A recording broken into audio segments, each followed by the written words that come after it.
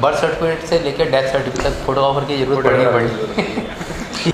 तो हर चीज़ में जन्म से लेकर मृत्यु तक फोटो एक ऐसी चीज़ है कि वो हर पल एक अपने आप में अनूठा होता है। तो जैसा कि मैंने आपको बताया था कि हमारे बीच में आ चुके हैं वो तीनों महारथी जिन्होंने अपनी फोटोग्राफी की दुनिया में नाम कमाया और साथ में उस नाम के साथ में काम भी आगे लेके आए हैं। तो आप सभी तीन लोगों का बहुत बहुत स्वागत है। तो सबसे पहले मैं इंट्रोड्यूस कराना चाहता हूँ, हमारे साथ में हैं केदार जैन जी जो कि पॉलिटिक्स, आर्ट और कल्चर फोटोग्राफी को तवज्जो देते हैं और उसी को आगे लेके आए हैं अभी तक। और साथ में हमारे साथ हैं रवि उपाध्याय जी जो कि मीडिया जर्नलिस्ट हैं, फोटो जर्नलिस्ट हैं और कई सालों से ना जाने कितनी ही अनगिनत फ़ोटोज़ इन्होंने अपने कैमरे में कैद की हुई हैं। और साथ में हमारे साथ मौजूद हैं संजय दत्त शर्मा जी। नाम इनका बॉलीवुड वाला है लेकिन हाँ हैं ये ग्वालियर से ही, और इन्होंने ये वाइल्ड फोटोग्राफी करते हैं और साथ में बहुत अच्छी चीज़ें इन्होंने देखी भी हैं लाइफ में। तो अब शुरू से शुरुआत करते हैं। तो सबसे पहले केदार जी आपसे ही मैं शुरुआत करना चाहूँगा कि सबसे पहले शुरुआत कहाँ से हुई आपकी फोटोग्राफी की बात करें तो? फोटोग्राफी का एक शौक लगा था बड़े भाई मेरे बाद में है वो न्यूज पेपर्स के लिए उस वक्त और फॉरेन की आपकी एजेंसीज के लिए, न्यूज एजेंसीज के लिए, टाइम्स ऑफ इंडिया के लिए, पीटीआई के लिए काम करते थे। ब्लैक एंड वाइट फोटो खींचते थे, इवेंट बड़े बड़े होते थे तो उस पर जाने का मौका मिलता था। जैसे मिराज का जिला ग्वालियर में लोकार्पण हुआ तो उसमें हम जब बच्चे तो उनके साथ में निश्चित में बैठते रहे। तब सुरक्षा की व्यवस्थाओं को लेकर इतनी ज्यादा दिक्कत थी तो आसानी से फोटोग्राफर के साथ में चला जाता था। तो वहां से जब कई इवेंटों में मैं उनके साथ रहा और जब फोटो बनाना, फिल्में ढूंढना, ये चीजें मैं देखता रहा, फिर सीखा। कई जगह ग्वालियर से कई दूरी जगहों में कई फोटोग्राफर्स ने हमारी मदद की और उन्होंने भी हमको काफ़ी चीज़ें सिखाई, सहयोग किया। तो आज उन्हीं की बदौलत है कि आज हम यहाँ तक जो एक ब्लैक एंड वाइट का जो सफ़र है नेगेटिव का, उससे लेकर आज तक जो डिजिटल का सफ़र है हम वहाँ पर पहुँच पाए।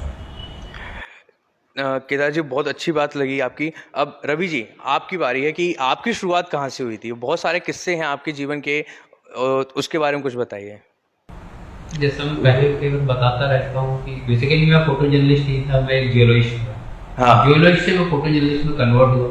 जियोलॉजिस्ट का काम होता है फील्ड में घूमने के लिए, फील्ड विजिट पे जाना। तो अपने कॉलेज टाइम में जब मैं पीजी कर रहा था, एमएससी कर रहा था, तो दोस्तों के साथ फील्ड वगैरह में जाया करता था। तो मेरे पास उसमें कैमरा हुआ करता था। उसमें डीएसएलआर कैमरा होना बड़े गर्व की बात हुआ करती थी और मेरे फादर ने मुझे गिफ्ट किया था। उनका था, उन्होंने मुझे दिया था। तो वो कैमरा होना, तो मैं ग्रुप में हमेशा मुझे प्रायोरिटी मिलती थी एज ए फोटोग्राफर, किसी भी ग्रुप में मैं एक्टिविटी में। तो वो मेरे को फील्ड में फोटोग्राफी का एक शौक लगा। फोटोग्राफी ऐसे करते धीरे धीरे करते करते मेरा कन्वर्ट हुआ। जाके एक अपॉर्चुनिटी मिली, एक अखबार से ऑफर आया वाले के, सबसे बड़ा अखबार। मैंने अपने जर्नलिज्म दैनिक भास्कर से स्टार्ट किया। ओके, ये अच्छी बात। रवि जी के दो पिक्चर मेरे को काफ़ी याद है, मैं काफ़ी उनको अप्रिशिएट करता हूँ। ओके, एक तस्वीर इनकी थी वो अवार्डेड थी, मैंने भास्कर ग्रुप में उसको अवार्ड किया। ग्वालियर किले पर जो आकृतियां बनी हुई हैं, दीवार है, लगता ऐसा है कि ये बड़े बड़े गेट के आकार में, तो इन्होंने उसमें से फ्रेम जो उसने शूट किया वो ऐसा लगता था जैसे कोई नृत्य हो या कोई हो, तो वो एक आकृति उसमें नजर आई। तो वो उस चित्र को ऑलरेडी सब भी छापा गया और इनको 10,000 रुपये का पुरस्कार दैनिक भास्कर ने दिया। दूसरी इनकी एक बड़ी मार्मिक तस्वीर अपने जीवन की रही कि एक शहीद को अभी मुखाग्नि दी गई और सब लोग मुखाग्नि देने के बाद में शमशान में चले गए। ओके, इन्होंने फिर शाम को जब सब कोई नहीं था तो वहाँ फिर शमशान का रुख किया। तो वो शहीद की जो बॉडी थी उसको वहाँ उसने खींच, ये तस्वीर रवि जी ने ली। ये बड़ी मार्मिक तस्वीर थी जिससे काफी देश में हलचल मची। तो इस तरीके के कई और भी इनके चित्र हैं और वो रवि जी आपको इसके बारे में बताएंगे। काफी अच्छी फोटोग्राफी आप करते हैं, सेंस बहुत अच्छा आपका, तो मैं इनको इसके लिए बधाई। तो अभी हम लोग आप लोगों से बात करें। अब संजय जी, अब आपकी बारी है। एक तो पहले आपका जो नाम है संजय दत्त, शर्मा, ये इससे कहीं ना कहीं रिलेट करता है। कई सारे लोग बोलते हैं संजय दत्त, कहीं ये संजय दत्त वो तो नहीं। तो पहले तो आपका इंट्रोडक्शन की आपकी शुरुआत कैसे हुई, फिर उसके बाद इस नाम पे आएंगे हम। शुरुआत मेरी एक्चुअली बचपन से ही मुझे फोटोग्राफी का शौक था। शौक ऐसे डेवलप हुआ कि मेरे फादर फॉरेस्ट में ऑफिसर थे, उनके साथ जंगल में नेशनल पार्क में जाना होता रहता था मेरा अक्सर। तो वहाँ एक दो बार शिवपुरी नेशनल पार्क में गया, वहाँ कुछ अच्छी सीनरीज, अच्छे वो स्पॉट्स देखे थे। मुझे लगा एक कैमरा अगर मेरे पास होता तो इसको हम कैप्चर कर लेते थे, मेमोरीज में आगे दिखाने के भी काम आता। तब मैंने अपने फादर से रिक्वेस्ट किया तो उन्होंने एक बेसिक कैमरा मुझे दिलवा दिया था। धीरे धीरे शुरुआत मेरी वहीं से हुई। फिर उसके बाद मैंने कुछ बाहर भी मैंने जॉब किया, जैसे दुबई रहा कुछ समय, सिंगापुर भी गया। तो वहाँ मैंने देखा वहाँ पे काफी अच्छे लाइक फोटोग्राफिक फोटोजेनिक प्लेसेस थी। तो उसके बाद फिर मैंने एक अच्छा DSLR लिया, अच्छा कैमरा लिया और वहाँ से शुरुआत की। फिर मैंने एक्चुअली क्या, शुरू में मैंने कई मल्टीनेशनल कंपनी में जॉब किया था, लेकिन उसको फिर छोड़ के मैं पूरी तरह से वाइल्ड लाइफ फोटोग्राफी में आ गया। वाइल्ड लाइफ फोटोग्राफी में फॉरेस्ट डिपार्टमेंट के लिए मैं काम करता हूँ, उनके लिए लाइक ट्रेनिंग भी ऑर्गेनाइज करता हूँ, वर्कशॉप भी ऑर्गेनाइज करता हूँ। अभी रिसेंटली मैंने से इंडियन आर्मी के लिए भी एक 7 डेज का एक कोर्स उनके लिए कंडक्ट करवाया। तो शुरुआत मेरी ऐसे हुई, आज मैं वाइल्ड लाइफ फोटोग्राफी में स्पेशलाइजेशन कर रहा हूँ। अब नाम की बात आती है। नाम में ऐसा कुछ नहीं है, लेकिन हाँ, नाम की वजह से मुझे थोड़ा सा एडेड एडवांटेज तो मिलता है। लोग एक बार रुक के देखते हैं, एक बार पूछते हैं। तो एक्चुअली ये संजय दत्त एक्चुअली मेरा मिडिल नेम है, शुरू से हमारे 4 फादर्स के टाइम पे चला रहा है, और शर्मा हमारा सरनेम है। Okay, that's all. तो ये बात है। Just a coincidence. तो कभी ये ना मुलाकात हुई संजय दत्त? नहीं, कभी मौके नहीं मिला। हालांकि आमिर खान और काफी स्टार से मुलाकात हुई है मेरी, क्योंकि मैं पहले फिल्म डिस्ट्रीब्यूशन में था। रिलायंस एडलैब्स जो थी उसमें मैं रीजनल मैनेजर था, तो MP और राजस्थान में देखता था। तो कई फिल्म स्टार्स आते थे जयपुर में, कभी इंदौर में, तो उनसे मुलाकात हुई थी, लेकिन संजय दत्त से कभी नहीं हो पाई अनफॉर्चुनेटली।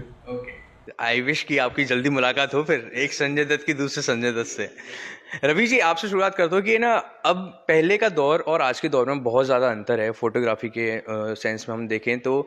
आप मीडिया फील्ड से रहे हैं, कई सारी फ़ोटोज़ आपने क्लिक की हैं और एज अ फोटो जर्नलिस्ट भी रहे हैं। तो कितना पहले का और आज के उस दौर में कितना अंतर है? पहले क्या इंस्ट्रूमेंट्स यूज़ करते थे और आज क्या क्या चीज़ें यूज़ हो रही हैं, उस तरीके को बताइए। तो आज थोड़ा सा समय के साथ देखें तो फोटोग्राफी आसान हुई है, पर आसान के साथ दूसरी प्रॉब्लम जो हुई है कि भीड़ बहुत हुई है उसके साथ। आज हर आदमी फोटो जर्नलिस्ट है, फोटोग्राफर तो है ही, फोटो जर्नलिस्ट होगा ना हो कम से कम। पहले हम लोग इवेंट में जाते थे, सिलेक्टिव फोटोग्राफर रहते थे, बहुत अच्छा काम होता था। एक फोटोग्राफर को क्या चाहिए? खुला व्यू चाहिए, खुला फील्ड चाहिए। यदि एक फोटोग्राफर, अब 10 फोटोग्राफर खड़े हुए हैं, उसकी फ्रेम में एक फोटोग्राफर भी आ रहा है तो फ्रेम खराब होगी। तो पहले सिलेक्टिव होते थे, अब तो भीड़ रहती है फोटोग्राफर की, उनके लिए जो फोटो निकालना बड़ा टफ काम हो गया। रिक्वायरमेंट फोटोग्राफी आसान हो गई है, बट फोटो खींचना टफ काम हो गया। तो फ्रेम नहीं होगा, फोटो खींचोगे कैसे? फील्ड तो क्लियर चाहिए ना। लोग कल्पना करते हैं कि फलानी पिक्चर में ऐसा फोटो बना, उनको पिक्चर क्लियर मिलता है, फील्ड स्टूडियो टाइप बिल्कुल कोई बीच में वो व्यवधान नहीं होता है। आज फील्ड पर समझ कर VIP विजिट चल रहा है, सारे फोटोग्राफर एक दिन में खड़े हुए हैं और एक सिंगल फोटोग्राफर को अलाउ करके मंच पे कलाकार वो अपने एफर्ट से पहुंच जाता है, सबकी फ्रेम खराब होगी। ये थोड़ा सा आया है। और पहले बात अलग हुआ करती, फील्ड खाली मिलता था सोचने का टाइम नहीं होता था फोटोग्राफर से। जैसे मैंने आपको बताया कि 500 की शपथ थी, 66 पार्षद थे और उसमें 200 फोटोग्राफर थे और वो मंच पर थे, AC ऑडिटोरियम था। लेकिन दर्शकों को केवल नजर फोटोग्राफरों का बैग आया, वो एक दीवार सी बन गई और जो उन्होंने जो शपथ ले रहे हैं वो कोई है उस हॉल में बैठे हुए नहीं देख पाया। तो इस तरीके से अब जो फोटोग्राफर एकदम मंच पर जाते हैं और उसमें हर पार्षद का अपना भी एक फोटोग्राफर, वीडियोग्राफर, मोबाइल लिए खड़े थे, तो वो मंच पर उस स्थिति में तस्वीरें निकालना एक बहुत बड़ा मिशन है। आज वो सभी फोटो जर्नलिस्ट नहीं होते, और सभी फोटो जर्नलिस्ट को भी, जैसा कि मैं अभी आपको बता ही रहा था कि मतलब जो उसमें जितने भी मंच पर इन्वॉल्व हैं, या तो वो चीफ गेस्ट है या फिर पार्षद है या फिर कोई कलाकार है, कांसर्ट समारोह है, तो वहाँ अवार्ड सेरेमनी है, तो उसमें पता चलता है कि नहीं फोटोग्राफ क्या आपको श्रोताओं को कुछ देखने को नहीं मिलता, दर्शकों को उस दृश्य का अनुभव नहीं हो पाता। जब वो बाद में देखें अपने TV वगैरह पे और उन्होंने बड़े मुश्किलों से लिए होगा फोटो काट कर वो दर्शकों की नजर में आता है। तो ये ऐसे दृश्यों को कैच करना एक बड़ा मुश्किल का काम आज के समय में हो गया है, क्योंकि अब हर एक की जेब में मोबाइल है तो मतलब कैमरा है, स्टिल भी है, वीडियो भी है, ऑडियो भी है तो हर तरह का डॉक्यूमेंटेशन उसमें करना चाहते हैं। तो ये एक अभी जो दौर चल रहा है उसमें ये दिक्कतों का सामना तो करना ही पड़ता है। एक लक्ष्मण रेखा तय होनी चाहिए फोटोग्राफर की। यहाँ से आपको सबसे आसान उदाहरण मैं आपको देता हूँ स्पोर्ट्स फोटोग्राफी का। क्रिकेट में बैट्समैन कहाँ खेल रहा होता है, फोटोग्राफर कहाँ होता है? आप देखिए फोटोग्राफी होती है तो भी फोटो आते हैं कई बार, कोई व्यवधान नहीं है, ज्यादा अच्छे आते हैं फोटो, अच्छा आता है कि नहीं? देखिए आप कॉन्फिडेंस से सेट करते हो अपने आप को, वहाँ इतना अच्छे इक्विपमेंट हो गया, आपको जरूरत नहीं है वहाँ जाने की। पार्लियामेंट है, राजघाट है, ऐसा तो नहीं हर जगह वहाँ भी एक सीमा है। एक प्रोटोकॉल बना दिया जाता है कि जैसे कोई भी वीवीआईपी होता है तो उसके आसपास भी एक है ना बैरिकेडिंग कर दी जाती है कि वो प्रोटोकॉल है कि इसके आगे कोई नहीं जा सकता। क्यों करना पड़े हमारा हाँ, वही बोल रहा हूँ कि आप जानवर नहीं हो कि आपके लिए बैरिकेड ये लक्ष्मण रेखा मीडिया को खुद तय करनी है। नहीं प्लस मीडिया के अलावा इसमें जनरल पब्लिक भी तो मोबाइल लेके सामने जाती है, ये बहुत उसको कैसे करें? मीडिया तो फिर भी कंट्रोल करती है। तो एक और इसमें बात है कि पहले जो आज से 30 साल पहले एक सम्मान पूर्वक कार्यक्रम जिनका होता था, आयोजक अपनी गाड़ी बेचकर फोटोग्राफर्स को बुलाते थे। बिल्कुल। आज वही लोग कहते हैं, उनसे कहेंगे याद दिलाना पड़ता हमको कि वो पहले वो याद दिलाते थे कि इतने कार्यक्रम में आप। और अब तो शायद ये भी बोल देते कि अब तो हमारे पास फोन है, अब क्यों? हाँ। बहुत सारी चीजें हैं। हमने वो साथ में आज प्रोग्राम था वो आपको भेजा है, आप तो 9 बजे को बताते हैं अपने आप को फोटो भेजा। तो ये डिफरेंसेस आए हैं, ये काफी बदलाव है और इसके जो आने वाले समय में क्या और परिणाम आने हैं या इसके दुष्परिणाम आने हैं तो आप सब लोग को हम लोग देखेंगे। बिल्कुल। संजय जी, अब वाइल्ड फोटोग्राफी की बात करते हैं कि वाइल्ड फोटोग्राफी पहले क्या उतने अच्छे इक्विपमेंट्स थे? क्योंकि वाइल्ड फोटोग्राफी में जनरली हम पंछी की, शेर, ये चीते, इन सब लोगों की हम लोग फोटोज ज्यादा लेते हैं और कभी कभी छोटे छोटे जो जानवर उनके भी हम लोग फोटोज लेते हैं। पहले लेंसेस उतने बड़े नहीं थे, आज लेंसेस बहुत बड़े हैं। तो कितना पहले टफ था और आज के दौर में कितना टफ है? नहीं ये क्वेश्चन दोबारा वाइल्ड लाइफ फोटोग्राफी। ठीक है संजय जी, आप इससे शुरुआत करते हैं अब की wild life. Sanjay ji, wild life photography की हम बात करें तो पहले और आज के दौर में कितना अंतर है? कि लेंसेस पहले उतने नहीं हुआ करते थे, उतने वाइड लेंसेस नहीं हुआ करते, तो अब बहुत ज्यादा ना इक्विपमेंट्स हैं, तो कितना अंतर है और क्या क्या मुश्किलें पहले थी और अब है? मैं जरा पुरानी बात से कंटिन्यू करना चाहूंगा, जैसे रवि भाई बता रहे थे। मैं ये बार बार ये कहूंगा कि फोटोग्राफर्स लोग फिर भी डिसिप्लिन रहते हैं, लेकिन जो जनरल पब्लिक मोबाइल लेके आती है, आजकल हर किसी के पास अच्छा मोबाइल है, उसमें सारे अच्छे कैमरे हैं, वो अपने आप को फोटोग्राफर ही समझते हैं, वीडियो भी बनाएंगे, फोटोग्राफी भी करेंगे। और जहां तक वाइल्ड लाइफ फोटोग्राफी की बात है, टचवुड हमारे जॉनर में, हमारी फील्ड में उतना प्रॉब्लम नहीं है जितना दोनों हमारे साथी लोग बता रहे थे, क्योंकि वहां इतना कॉम्पिटिशन नहीं है, वहां इतना क्राउड नहीं होता, जहां भी आप जाएंगे अकेले ही जाएंगे। इक्विपमेंट्स की बात है, इक्विपमेंट्स में तो काफी इंप्रूवमेंट आया है, कैमरे बहुत अच्छे आ गए हैं, लेंसेज भी बहुत अच्छे आ गए हैं। सबसे बड़ा प्लस पॉइंट है कि पहले जो रील वाले अगर कैमरे उनकी बात करें, जो ट्रेडिशनल कैमरे चलते थे पहले, तो उसमें आपने फोटो क्लिक कर दिया, आपका लिमिटेड शॉट्स होते थे। पहले कितना टफ था आप सोच सकते हैं, आपने शॉट्स ले लिए लेकिन आपको पता नहीं फोटो आउट ऑफ फोकस है, प्रॉपर आया कि नहीं आया, फ्रेमिंग कैसी है, कुछ नहीं पता आपको, आपने बस क्लिक करके आप आ गए, बाद में आपको पता चलता था। आज की डेट में हम इमीडिएटली उसको रिव्यू कर लेते हैं, आपको पता चल रहा है फोटो अच्छा है कि नहीं, आप दोबारा क्लिक कर सकते हैं। पहले से ज्यादा आसान हो गई है एक्चुअली हम लोग की फोटोग्राफी। और हाँ, नो डाउट इक्विपमेंट्स बहुत महंगे हो गए हैं। अगर आप वाइल्ड लाइफ फोटोग्राफी में अच्छे इक्विपमेंट्स लेना चाहेंगे तो अप्रोक्सीमेटली 4 से 5 लाख का खर्चा तो है इसमें, जो आपको इमीडिएटली इन्वेस्ट करना पड़ेगा। कुछ है ना खतरे वाली बात भी होती है कि आप लोग है ना वाइल्ड लाइफ, हम लोग है ना उस जगह पे हैं जहाँ पे शेर, चीते और कई सारे अन्य जानवर भी वहाँ पे घूम रहे हैं, तो कितना खतरनाक भी, थोड़ा वैसा भी कुछ कभी डर लगता है? ऐसा खतरा तो देखिए हमेशा रहता है, लेकिन जैसे एक्सपर्ट्स लोग कहते हैं, बड़े लोग ये कहते हैं कि भाई जब तक आप अपने सब्जेक्ट को या अपनी वाइल्ड लाइफ को रिस्पेक्ट नहीं करोगे तो आपके साथ कुछ भी हो सकता है। पहली चीज हमें ये करना है, ये दिमाग में रखना है कि हम जंगल में अगर जा रहे हैं, अपने किसी का वाइल्ड लाइफ एनिमल्स का या बर्ड का फोटो लेना है, तो हमें उसकी प्राइवेसी को डिस्टर्ब नहीं करना है, उसे उसकी हैबिटेट को डिस्टर्ब नहीं करना है, क्योंकि हमने उसको परेशान किया, डिस्टर्ब किया, तो नेचुरली वो रिएक्ट करेगा। वो उसका घर है, उसका एरिया है, उसके एरिया में हम इन्फिल्ट्रेट कर रहे हैं, इंक्रोच कर रहे हैं, तो हमें अपनी लिमिटेशंस पता होना चाहिए। हाँ, लेकिन हमेशा आपको केयरफुल रहना पड़ेगा, कॉशियस रहना पड़ेगा, क्योंकि देखिए स्नेक्स का हमेशा रिस्क रहता है। कई बार मेरे साथ ऐसा हुआ है कि मैं बैठ के ट्राइपॉड लाके फोटो खींच रहा हूँ और 6 फुट की दूरी पे एक सांप मेरे आसपास से निकला, तो आप समझ नहीं क्या करोगे, आप समझ नहीं आता क्या करोगे। एक बार तो ऐसा हुआ, मैं फ्लेमिंगोज के फोटो ले रहा था ग्वालियर में, काफी देर तक मैंने मोबाइल अलग रखा था अपना, काफी देर में 2 या 3 घंटे बैठा था वहां, तो वो कुछ मुझे आवाज सुनाई, देखा कम से कम 5 या 6 फुट लंबा सांप था, वो मेरी तरफ ही आ रहा था, उसको भी नहीं पता कि मैं बैठा हूँ, क्योंकि मेरा कोई मूवमेंट था, मैं स्टिल बैठा हुआ था। जब मैंने देखा तो इमीडिएटली मैंने सबसे पहले तो मोबाइल कैमरा सब छोड़ा, मैं भागा दूर, पहले सिर्फ डिस्टेंस बना के। वो हेलो करने के लिए आया था वैसे। जस्ट वो आया, क्रॉस करके निकल गया, साइड में कहीं चला गया। आप डिस्टर्ब मत करो, वो आपको डिस्टर्ब कुछ नहीं करेगा। ओके रवि जी, जैसे अभी संजय जी ने बोला कि रील की बात जो हुई है, तो आज क्या होता है कि एक 64 GB का कार्ड या बड़ा और भी बड़े बड़े कार्ड 256 GB 256 GB कार्ड, एक छोटा सा कार्ड, एक चिप डाली और अपने बैग में रखा और हम चल दिए। पहले एक रील में आई थिंक 36 फोटोज 30 ऐसी कुछ फोटोज हुआ करती थी, वो भी ना कंपनी पे डिपेंड करता था। कोडेक थी, बहुत सारी प्रॉपर आप उसको लोड कर सको, उसको डिपेंड करता था। तो पहले कितनी रील्स लेके चलते थे कि आपको तो पता नहीं कि आप लोग बाहर निकलने वाले हो, कितनी फोटोज क्लिक होंगी और कितनी फोटोज खराब भी आएंगी, और कितना समय लगता था उस एक रील को है ना निकालने में, उसको वापस लगाने में। टाइम तो मोस्टली इमीडिएट हम लोग 30 सेकंड में फिल्म चेंज कर दिया करते थे, जैसा प्रैक्टिस हो जाए वैसा कुछ। प्रैक्टिस को होता है, कोशिश ये करते थे कि आप जैसा आपने बताया 36 मिनट में हम लोग 40 फोटो निकाला करते थे, 40 नेगेटिव। कोशिश ये करते कोई नेगेटिव खराब ना हो, नेगेटिव की कीमत हुआ करती थी, तो हम चाहते थे 40 फोटो निकले इसके अंदर से निकालते, और हम लोग निकालते थे। कभी कोशिश करते डार्क रूम में फिल्म डाले तो एक नेगेटिव बच जाता है, अरे डार्क रूम के बाहर फिल्म डालने तो आपके 3 नेगेटिव खराब हो गए, डार्क रूम बढ़ाते तो वो नेगेटिव हम उसकी कीमत समझते थे उस नेगेटिव की, यार हमारे लिए कीमत है। और तो ये भी होता था कि जैसे हम शाम को दिन भर का काम करते थे, एक ही लैब पे ज्यादातर सारे फोटो जर्नलिस्ट इकट्ठे होते थे शाम को और फोटो बनवाते थे। फोटो बनवाए और हमने जैसे, आप विश्वास करेंगे, हम लैब से नहीं निकलेंगे तो दूसरी घटना का फोटो आ जाता था, कॉल आ जाता था, हम वो भाग रहे, फिर दोबारा फिल्म डालना, दोबारा लोड कराना, दोबारा प्रोसेसिंग कराना, प्रिंटिंग कराना।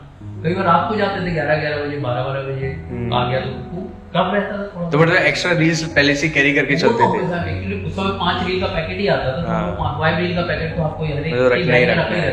और स्क्वायर में कट फिल्म रखा करते थे छोटे, किसी को 10 नेगेटिव की जरूरत है, कोई फोटो खींचा तो 10 नेगेटिव करा के उसको करा लिया था। कट फिल्म में भी रखा करते थे, आपके टुकड़े बचते थे उसको फिल्म सेव करके रखते थे। केदार जी, आप बताइए, पॉलिटिकल आपने कई सारे फोटोज क्लिक किए हैं, इवन आपने भी कई सारे फोटोज क्लिक किए हैं, कितना टफ रहता है? क्योंकि आजकल जो फोटोग्राफर्स जो कैमरे वाले, तो कुछ कभी कोई ऐसी मेमोरी है या फिर कोई ऐसी अभी रिसेंट में कोई बात हुई हो जिसमें आपको बोला हो किसी ने कि अरे हम भी तो फोटो खींच रहे हैं, ऐसा कुछ कभी हुआ है? नहीं, ये एक जनरल बात है, हम भी फोटो खींच रहे हैं, मतलब फोटोग्राफ तो आपस में जब जहाँ वर्किंग कर रहे हैं तो अपनी अपनी तस्वीरों को लेकर सब चलते हैं, हमारी अच्छी आ जाए तो उस वजह से वो अगर किसी ने दूसरे को फोटो खींचने के चक्कर में दूसरे ओवरलैप हो रहा है तो सकता है। बाकी पॉलिटिकल बात तो ये है कि पॉलिटिकल भी पहला जो ये माहौल था और अब जो है वो बड़ा, मतलब वो उसमें बदलाव हुई डिजिटल को लेकर आ चुका है। जो भी कोई भी पॉलिटिकल कंपनी आए, वो सॉरी जो भी पॉलिटिकल है, जो भी पार्टीज है, उनके साथ में ये है कि वो सभी लोग पूरा ऑनलाइन है, अपने सारी मीटिंग्स बैठक ये सभी चीजें वो आपको भेज रहे हैं। दूसरी बात ये इसमें महत्वपूर्ण है कि माना कि अगर पहले प्रधानमंत्री जी आ गए या राष्ट्रपति जी आ गए, उसका फोटोग्राफर 3-4 हुआ करते थे, तो स्टेट हुआ करते थे, और वहां जब प्रधानमंत्री जी के मंच के नीचे रवि जी की कुछ मुस्कुराहट आई थी, उनको कुछ याद आ गया है, मैं बाद में पूछूंगा उनसे। और एक फोटोग्राफर को ऊपर सम्मानजनक तरीके से ले जाकर उनकी स्पीच का फोटो करवा दें, फिर जितने 3-4 फोटोग्राफर होते थे किए। अब उसी मंच में ये बदलाव आया कि वो मंच जो पहले एक मैदान में हुआ करता था, वो मंच बहुत बड़ा मंच होने लगा, उससे आगे भी बनने लगी। पहले हम आराम से प्रधानमंत्री का नॉर्मल लेंस से हम उनका क्लोजर लेते थे। आज अगर हम 800 mm का टेली भी लगा के या जूम लगा के अगर हम उनका फोटो लेना चाहें तो दुनिया इतनी है कि वो बेकार है। तो अब सभी तस्वीरें एक चीज आप उनके साथ उनके अपने फोटोग्राफर साथ हैं, तो हम लोग खड़े हुए देखते रहते हैं, डी के बाद खड़े रहते हैं, वो फोटो वहां से जारी हो जाता है। तो ये सारी बातें, ये अब पॉलिटिकल बदलाव तो और भी कई जगह है, मंचीय व्यवस्थाओं में तो ये आम बात हो गई है, लेकिन ये है कि बदलाव तो जस्ट अपोजिट है, जो पहले था वो नहीं है, वो जो अब है वो पहले। रवि, आपकी मुस्कुराहट कुछ बोल रही थी, आपके दिमाग में भी शायद कोई किस्सा आ गया हुआ शायद? काफी सारे बहुत सारे एक आपका एक किस्सा है जो मैंने सुना है कि आपको आपकी पहली जो सैलरी आई थी उससे आपने वॉच खरीदी थी। हाँ नहीं वो मैंने इस सैलरी से नहीं खरीदी थी वॉच, वो मैं एक्चुअली उसमें टीचिंग जॉब किया करता था। ओके। तो उससे मैंने वॉच खरीदी, वॉच गिर गई तो मुझे लगा कि यार ये शिक्षादान का पैसा उनको खोलेगा नहीं, तो मैं फोटो जर्नलिज्म में आया।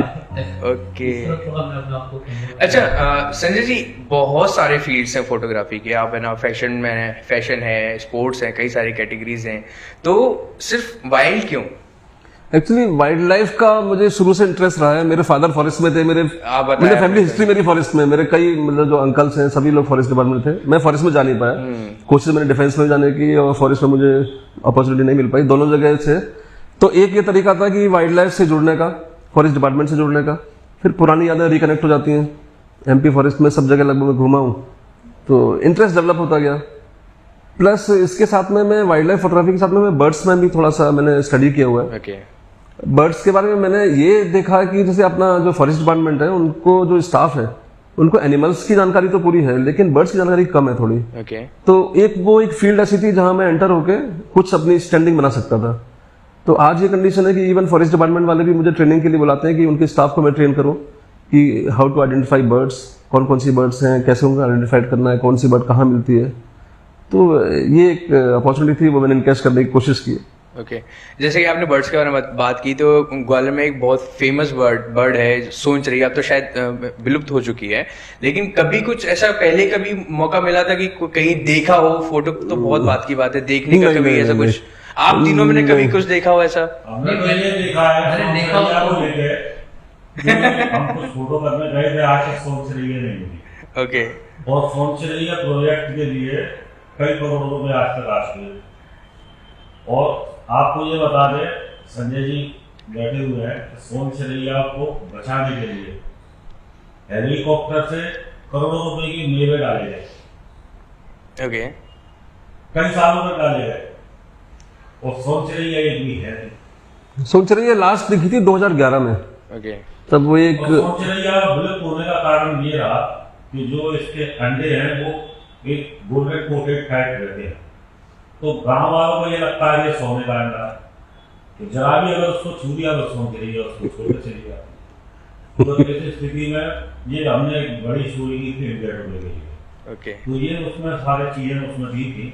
तो संजय जी की काफी सारे फोटोग्राफ जो पत्रकार में दैनिक भास्कर में, वो इतने काफी हद तक और इतनी मुश्किलों से लिए गए फोटो होते हैं, और काफी ज्यादा अपीलिंग है वो, मतलब दिखता है कि वो कितने है ना मतलब तसल्ली के साथ लिए गए फोटोज। उनके कलर्स को कैप्चर करना, उसकी चोंच का कलर क्या है उसको कैप्चर करना, कितनी दूरी रहती है, जरा भी हलचल होने पर वो पक्षी भाग सकता है। नहीं, वाइल्ड लाइफ फोटोग्राफी का मेन इस तरह से जो फोटोग्राफी वाइल्ड लाइफ में काफी की है, काफी शानदार इसका कलेक्शन है। उन्होंने अपना जीवन लगाया है वन्य प्राणी संरक्षण के लिए।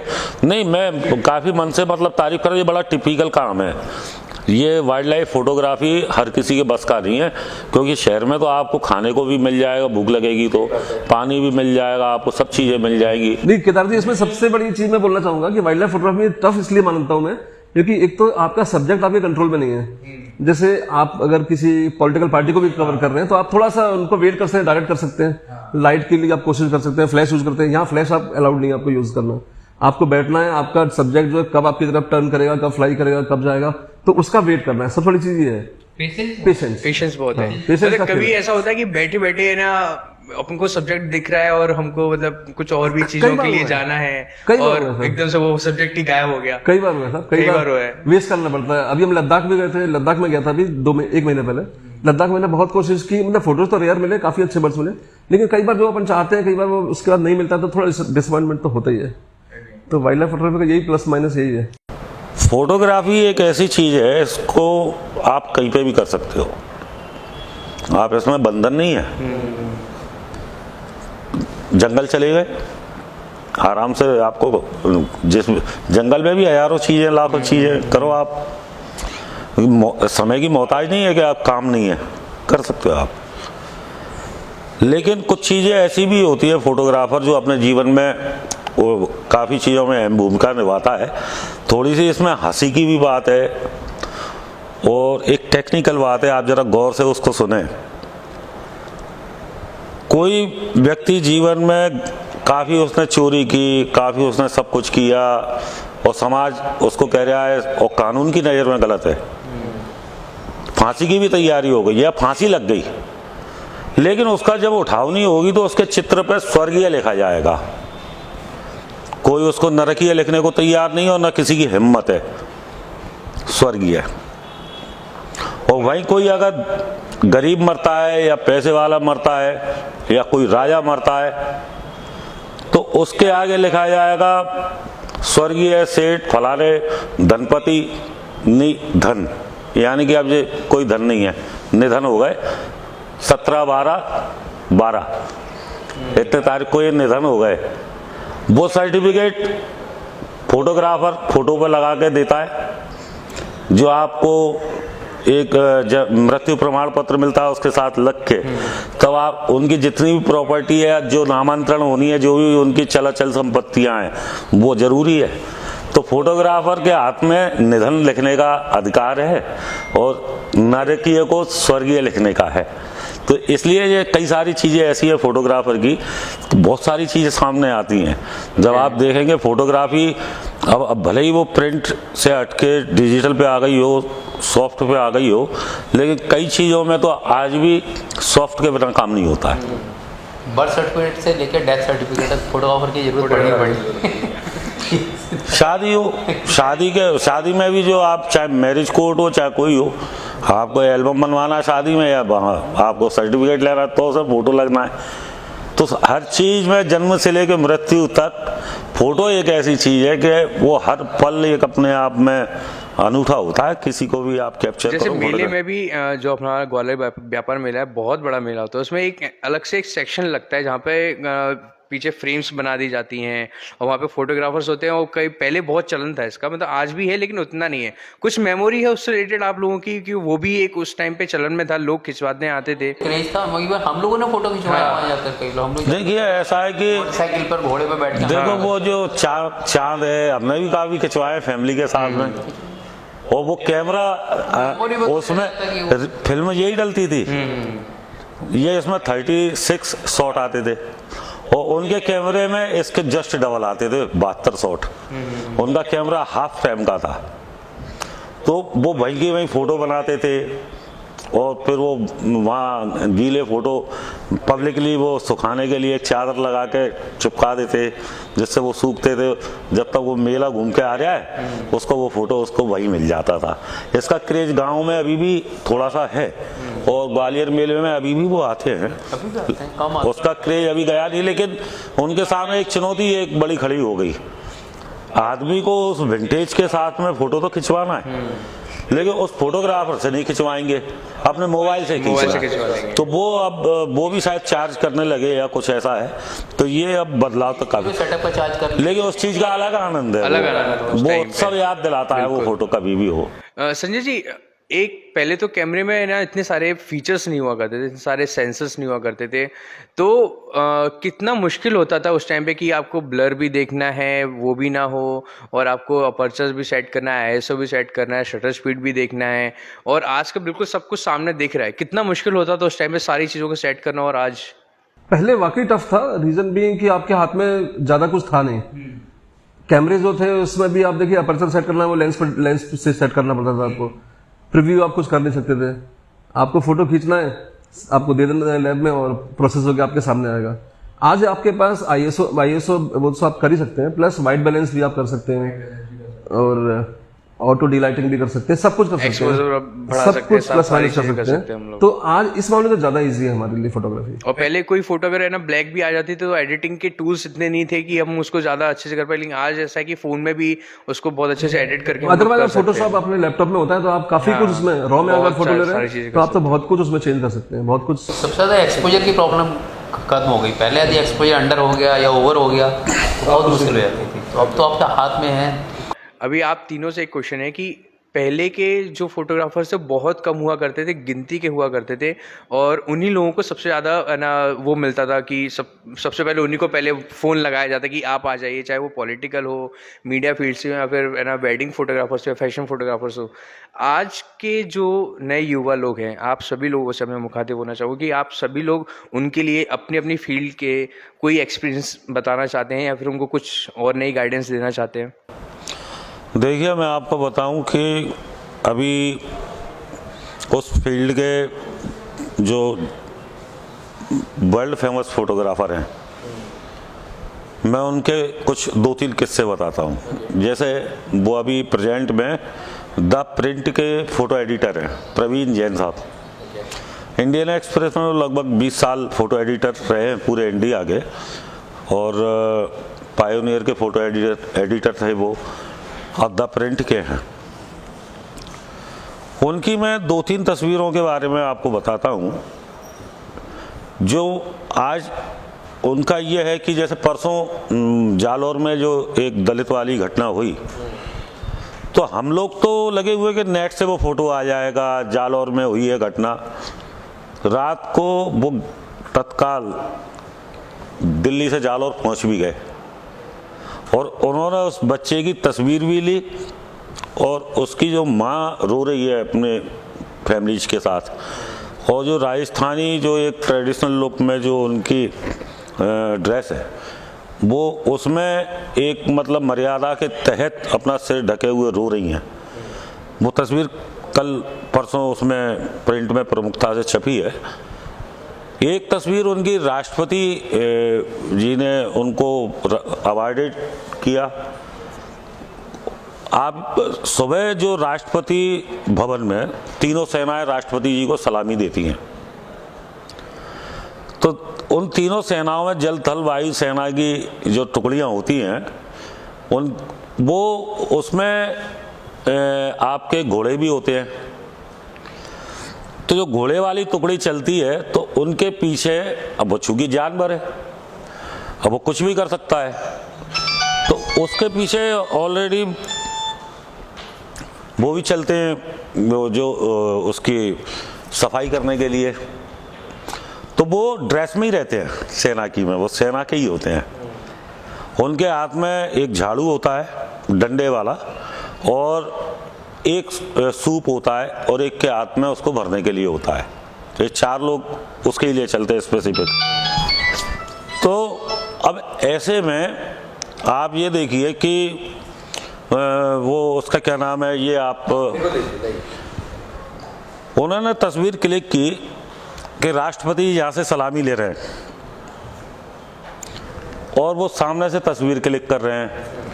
बीच में से वो टुकड़ी निकल रही है, पीछे आगे सबसे पहले वो गन लिए हुए हैं एक टुकड़ी, फिर उसके पीछे घोड़े हैं, और उसके पीछे फिर गन लिए हुए एक टुकड़ी है, और 4 लोग जो चल रहे हैं वो झाड़ू लिए चल रहे हैं उसी गन के तरह बिल्कुल।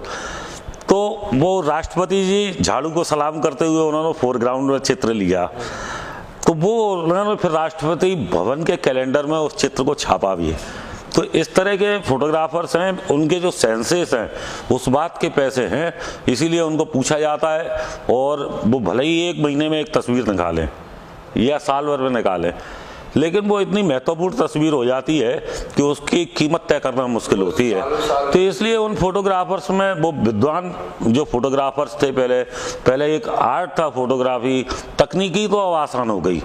अब तो यह है कि आप जिस सब्जेक्ट को आप करने जा रहे हैं वहाँ ले क्या रहे हैं, आप अकेले इक्विपमेंट से तो कुछ होना जाना नहीं है ना।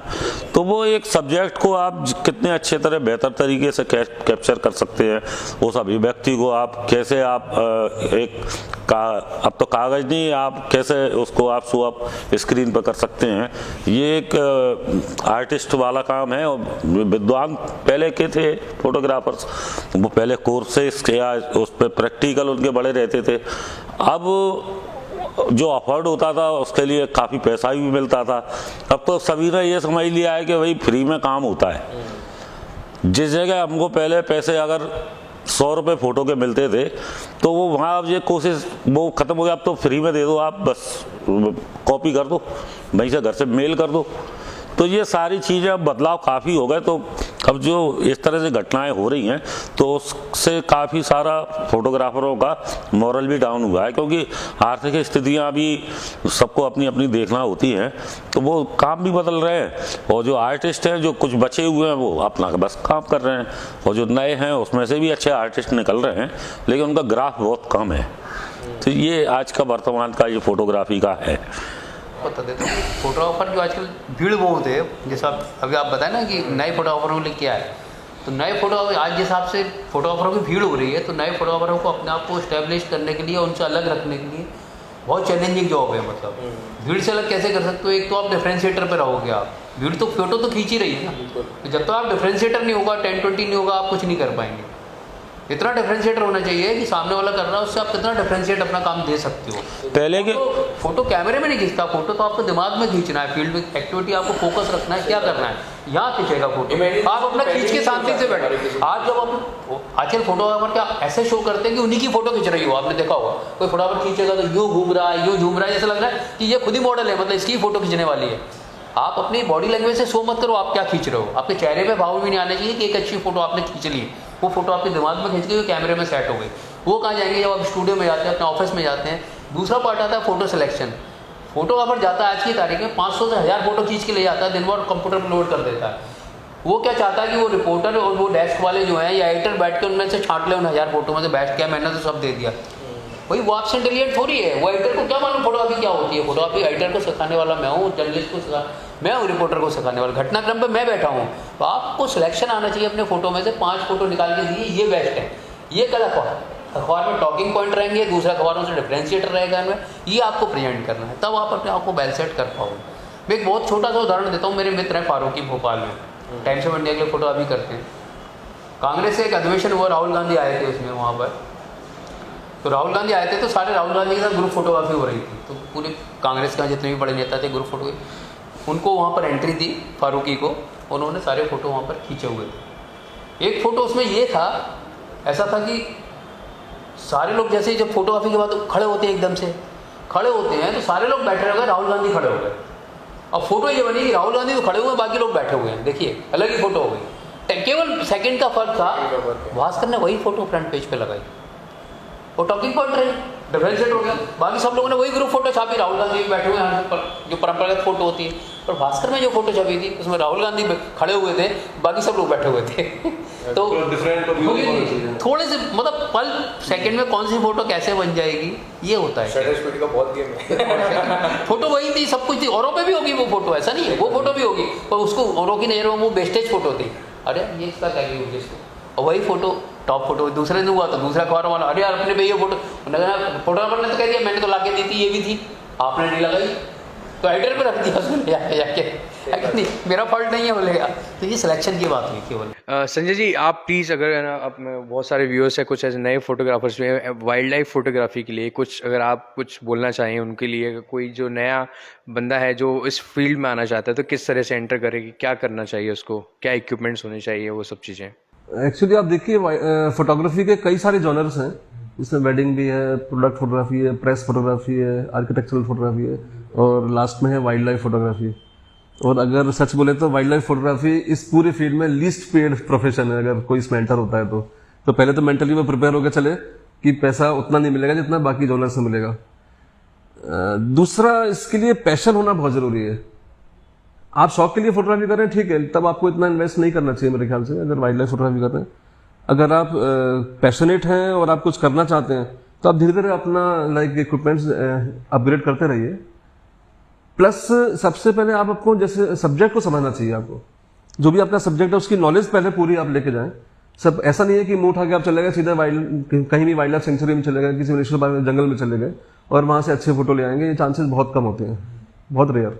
आपको पहले आपको टारगेट करना पड़ेगा कि मुझे किसी बर्ड की फोटो खींचनी है, किसी एनिमल की फोटो खींचनी है। प्लस उसके साथ स्टडी भी उसकी पूरी आपको करना चाहिए कि उसका हैबिटेट क्या है, कब वो मिल सकता है, कब अच्छे शॉट्स मिलेंगे, कब लाइट ठीक प्रॉपर आएगी। तो पहले आप स्टडी करें पूरे अपने सब्जेक्ट की, फील्ड की, उसके बाद आप एंटर हो तो ज्यादा मेरे ख्याल से ठीक रहेगा। और एकदम से ही अगर आप इन्वेस्ट कर देंगे अपने गियर्स में तो वो एडवाइजेबल नहीं है। क्योंकि देखिए शौकिया आजकल सोशल मीडिया का ज़माना है, फेसबुक है और भी कई सोशल मीडिया प्लेटफॉर्म्स हैं, तो उसमें आप कुछ भी फोटो डालेंगे तो पब्लिक का अप्रिसिएशन तो बहुत आएगा, अप्लॉज बहुत मिलेगा आपको। कोई कहेगा नेट जियो में क्यों नहीं डालते, कोई कहेगा डिस्कवरी में चले जाओ, सब आपको इतना अप्रिशिएट करेंगे कि आपको लगेगा कि मेरे से बड़ा कोई वाइल्ड लाइफ फोटोग्राफर है ही नहीं। बट आपको समझना पड़ेगा कि आप कितना सीरियस हैं, कितना सस्टेन कर सकते हैं, क्योंकि अर्निंग बहुत जरूरी है। अगर अर्निंग नहीं हो रही है तो अननेसेसरी इतना इन्वेस्टमेंट करने की मेरे ख्याल से जरूरत नहीं है। आप तीनों से कमर्शियली एस्पेक्ट पे बात करता हूँ। जैसे आपने भी बोला कि पहले फोटोग्राफर्स को उतने नहीं मिलते थे, आपने भी वही बोला कि कोई नए फोटोग्राफर से वेट करे कि पहले तो उसको कितना मिलना चालू होगा, ये बहुत बात की बात है। तो शुरुआत की बात करें तो पहले क्या रेट्स हुआ करते थे फोटोग्राफी के? देखिए, मैं आपको मेरे को याद आ रहा है बात। बिल्कुल बताइए।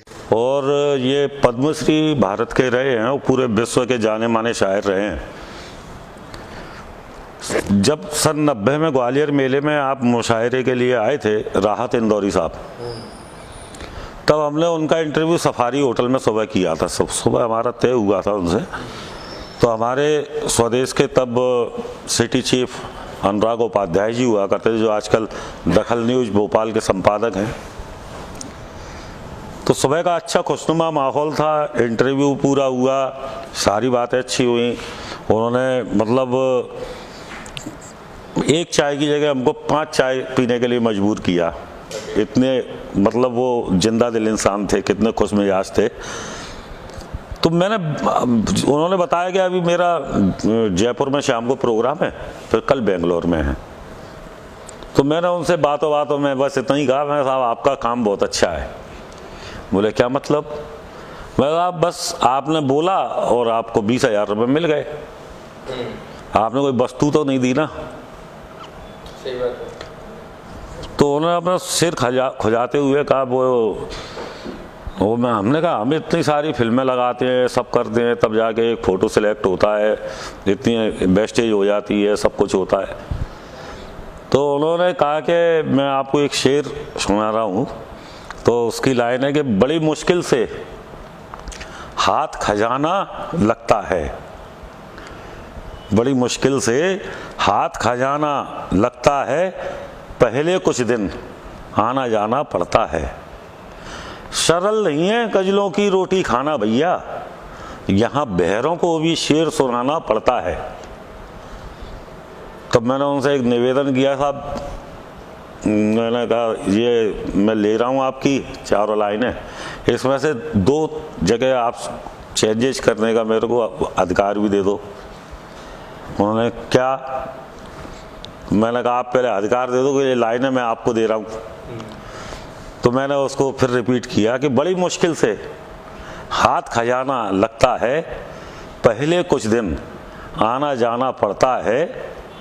सरल नहीं है फोटोग्राफी की रोटी खाना भैया, यहाँ अंधे को भी फोटो दिखाना पड़ता है।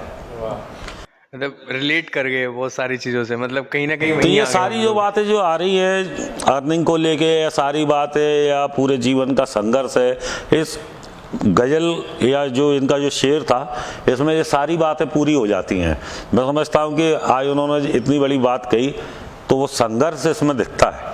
हर चीज़ में एक संघर्ष होता है। किसी भी क्षेत्र में आप काम कर रहे हो, बिना संघर्ष के आपको कुछ भी कहीं नहीं मिलने वाला है। तो ये मतलब आप ये समझें कि जब काम करने वालों को काम नहीं है तो बिना काम वालों को कैसे क्या कोई दे देगा। पर एक छोटी सी बात है कि नाम बड़ा है कि नामा। तो सामान्य फोटोग्राफी, रूटीन फोटोग्राफी और फोटो जर्नलिज्म में यही अंतर है थोड़ा सा। और फिर नाम को बनाने के लिए, सम्मान नाम को बनाने के लिए और कई सारी चीज़ों का त्याग करना पड़ता है। ये तो है। हमारे सामने हमें नहीं करना काम शादियों का। बड़े बड़े ग्रुप, बड़े बड़े उद्योगपति, बड़े बड़े नेता, कईयों से संबंध, सबके यहाँ शादियाँ होती हैं। अरे केदार जी आपको करना, हम नहीं करते। तो एक अपनी जो छवि है वो बनाने के लिए भी आपको बड़ा समय लगता है। नहीं तो वो शादी की जो फोटोग्राफी होती है वो उसमें फोटोग्राफर का जो एक अपना स्तर होता है कि वो इधर से उधर कोई शराब पिए हुए डांस कर रहा है, वो इधर से उधर बुला रहा है, वो उधर से उधर बुला रहा है। कहीं वो लड़की का वो चाचा डांट रहा है, कहीं वो लड़के का वो पिताजी डांट रहा है कि कहाँ थे। तो ये सारी बात है। हालांकि प्रेस फोटोग्राफी हुई, वाइल्ड लाइफ फोटोग्राफी हुई, कोई सी भी फोटोग्राफी हुई, कई सेक्शन है फोटोग्राफी के, कई सब्जेक्ट हैं, उसमें शादी की फोटोग्राफी मैं बेहतर मानता हूँ। एक बार को अगर आप प्रधानमंत्री जी की सभा की फोटोग्राफी करने जा रहे हैं, आपके जीवन भर का तो उसमें वो लगा हुआ है विश्वास, तब तो आप प्रशासन और शासन से आप वहाँ पास डो पाए हैं पहुँचने के लिए। और फिर वहाँ जब पहुँच गए आप, तो वहाँ अब आप जिस जगह खड़े हैं तो वहाँ खड़े ही हैं जब तक वो नहीं आ रहे, आप कहीं भी मूव नहीं हो सकते ना। आपको वहाँ जो अगर प्रशासन ने थोड़ी बहुत कुछ चाय की व्यवस्था की हो, नहीं होती ऐसी जगहों पर। लेकिन शादी में यह है कि वहाँ नगद गड्डी भी मिलती है, मिठाई का डिब्बा भी मिलता है फोटोग्राफर को, और खाते रहो पीते रहो काम करते रहो। बारात रुकी है, वहाँ पूरे बाराती आपको ढूंढते फिरेंगे। एक सम्मान वहाँ ये भी मिलता है, रुपए भी मिलते हैं, मिठाई भी मिलती है और सब कुछ, मतलब आप नचना चाहो तो नाच भी लो। नहीं, फोटोग्राफी के सारे जॉनर्स में पैसा तो वेडिंग में ही सबसे ज्यादा है। पैसा वेडिंग पैसा बहुत है उसमें, वेडिंग कोई खराब नहीं होता, वेडिंग फोटोग्राफी लेकिन यूनिक है आज के टाइम पे। आप अब देखा तो आप जाए तो देखिए। वेडिंग फोटोग्राफी मतलब आज बिल्कुल ऐसे समझ लो कि हर वेडिंग का एक फिल्म बन रही है। प्रोफेशनल वे में लोग करते हैं Professional आजकल, way तो में हो अच्छे रहा है, अच्छा बहुत काम कर रहे हैं लोग। हाँ। तो संजय जी, अब आपकी बारी, आपसे पूछूंगा कि सबसे पहले जो आपकी फोटो है ना, वाइल्ड लाइफ फोटोग्राफी से जो पहली अर्निंग हुई थी वो कितनी थी? उसको क्वांटिफाई करना तो बड़ा मुश्किल है, लेकिन अगर देखें, क्योंकि वो डिफरेंट असाइनमेंट्स होते हैं, लेकिन मैं इसमें जैसे पहली अर्निंग जो मेरे को अच्छी, जिसमें अचीवमेंट मुझे अच्छा फील हुआ, पहला तो एक था कि दैनिक भास्कर का मुझे सेकंड प्राइज मिला था वाइल्ड लाइफ में स्टेट लेवल पे, तो तब से एक अच्छा मोटिवेशन मिला। दूसरा एक था कि एमपी गवर्नमेंट ने यहाँ एक जल महोत्सव किया था तिघरा में, तो उसमें एक कॉन्टेस्ट रखा था उन्होंने, उसमें मुझे फर्स्ट प्राइज मिला था। तो उसमें आज से 7-8 साल पहले की बात है, तो 20,000 रुपए कैश एक प्राइज था। तो वो एक शुरुआत थी, अच्छी शुरुआत वहां से हुई, फिर धीरे धीरे फिर बढ़ता गया। रवि जी, आई थिंक केदार जी ने जो एक बात बोली थी, आपने एक फोटो ली थी जो किले पे जाके, जो एक आई थिंक वो हनुमान जी का कोई प्रतीत उसमें लग रहा था और बहुत हिट हुई थी वो फोटो। उसके बारे में आप बताइए कि क्या हुआ था एक्चुअली, आप कहाँ गए थे उसको फोटो को क्लिक करने के लिए? जैसे मैंने कहा आपको, मैं फोटोग्राफी कई बार कभी कोई फ्री टाइम होता तो अच्छे फोटो की वाड़ में घूमते रहते, कहीं अच्छा कोई फोटो क्लिक हो जाए। और मैं बहुत भाग्यवान रहा हूँ कि फोटो मुझे बुलाते हैं, मेरे को तो ये लगा कई बार अच्छे फोटो मेरे को बहुत बड़ी बात बोलती है, अच्छी बात है। ऐसा मतलब एक तो था कॉल करके कुछ होता है, एक अपन गए और वहाँ अच्छी फोटो मिली मेरे को। मतलब जब भी मैं फ्री हुआ तो गया, तो घाटी पे से चढ़ रहा था तो मेरी ऐसी नज़र पड़ी, उस दिन ट्यूसडे भी था, मैं आपको बताऊँ मतलब। तो फिर मैं देखा यार, मैंने ये कोई हनुमान जी एक ह्यूमन फेस दिख रहा था पहले उसमें इस टाइप का बना, और मैंने ऐसे ही कैमरा को ऐसे करके, और मैं आप विश्वास करेंगे मैंने उसकी सेकंड फोटो नहीं खींची थी, सिंगल ही फोटो खींची थी मैंने उसकी। और मैं चला गया, जब मैंने कंप्यूटर में वो फोटो देखी तो वाकई कुछ लगा। उस समय मैं बड़ा वो हुआ करता था, कंप्यूटर कम हुआ करते थे, मैं एडिटर साहब के रूम में ही मैं अपने फोटो लोड किया करता था उन्हीं के कंप्यूटर में। मैंने उनको दिखाया पहली बार में, इनको उन्होंने सेंटर डेस्क के लोगों को बुलाया, बड़ा तो इसको लगाओ ले फ्रंट पेज पे बड़ा सा जारी कर दिया। मेरे को ये अच्छे से पता है क्योंकि मैं छोटा था, मैंने दैनिक भास्कर देखा, मैंने कहा यार सच में ऐसा कुछ है, मैं भी जाके देखो। अब कई बार मैं भी जब उस जगह से निकलता हूँ, मैं कोशिश करता हूँ कौन सा एंगल था ये, कौन सी जगह, क्योंकि बहुत सारे पत्थर बाहर की तरफ निकले हुए हैं उसमें। तो फिर अच्छा वो आज जिंदगी में भी छपी, सर ने वहाँ रिकमेंड करके भेजी, ऊपर से भी अप्रिसिएशन वगैरह आया, अवार्ड भी आया काफ़ी सारा, मतलब उसको लगा ये तो प्रभु मूरत देखी जिन जैसी, ये वो वाली बातें हैं। कोइंसिडेंस का काम बहुत है, अगर वाइल्ड लाइफ और इस तरह की कैंडिड फोटोग्राफी कर रहे हैं, कब आपको कहाँ मिल जाए ये सही बात है। इवन कई बार ऐसा होता है कि आप बहुत घंटे बैठे हो तब भी जाके कुछ नहीं मिला, और जैसे ही आप पहुंचे हो आपको वो चीज़ मिल गई। कई बार ऐसा भी होता है। मैं कह रहा हूँ कई बार आप जाते हैं सेकंड में फोटो मिल जाती है। मैं अपनी ज़िंदगी की सबसे पेशेंस वाली फ़ोटो बताता हूँ आपको कि एक टांग पर हम लोग 8 घंटे खड़े रहे थे, तब जाके 2 सेकंड की पिक्चर मिली होगी, मुश्किल से 5 सेकंड में पिक्चर हुई। उसमें कुछ नहीं था, ग्वालियर में हॉलीवुड मूवी सिंगुलरिटी की शूटिंग चल रही थी सर। तो ये जनकताल के आगे जाके वो देवबाग जो होटल है, वहाँ पर बिपाशा बसु और काफ़ी लोग आए थे, सुनील शेट्टी वगैरह, उनकी पिक्चर थी। वो अंदर चल रही थी, इनसाइड हमको जाने नहीं दे रहे थे, पर उन लोगों की वैनिटी वैन बाहर रखी हुई थी।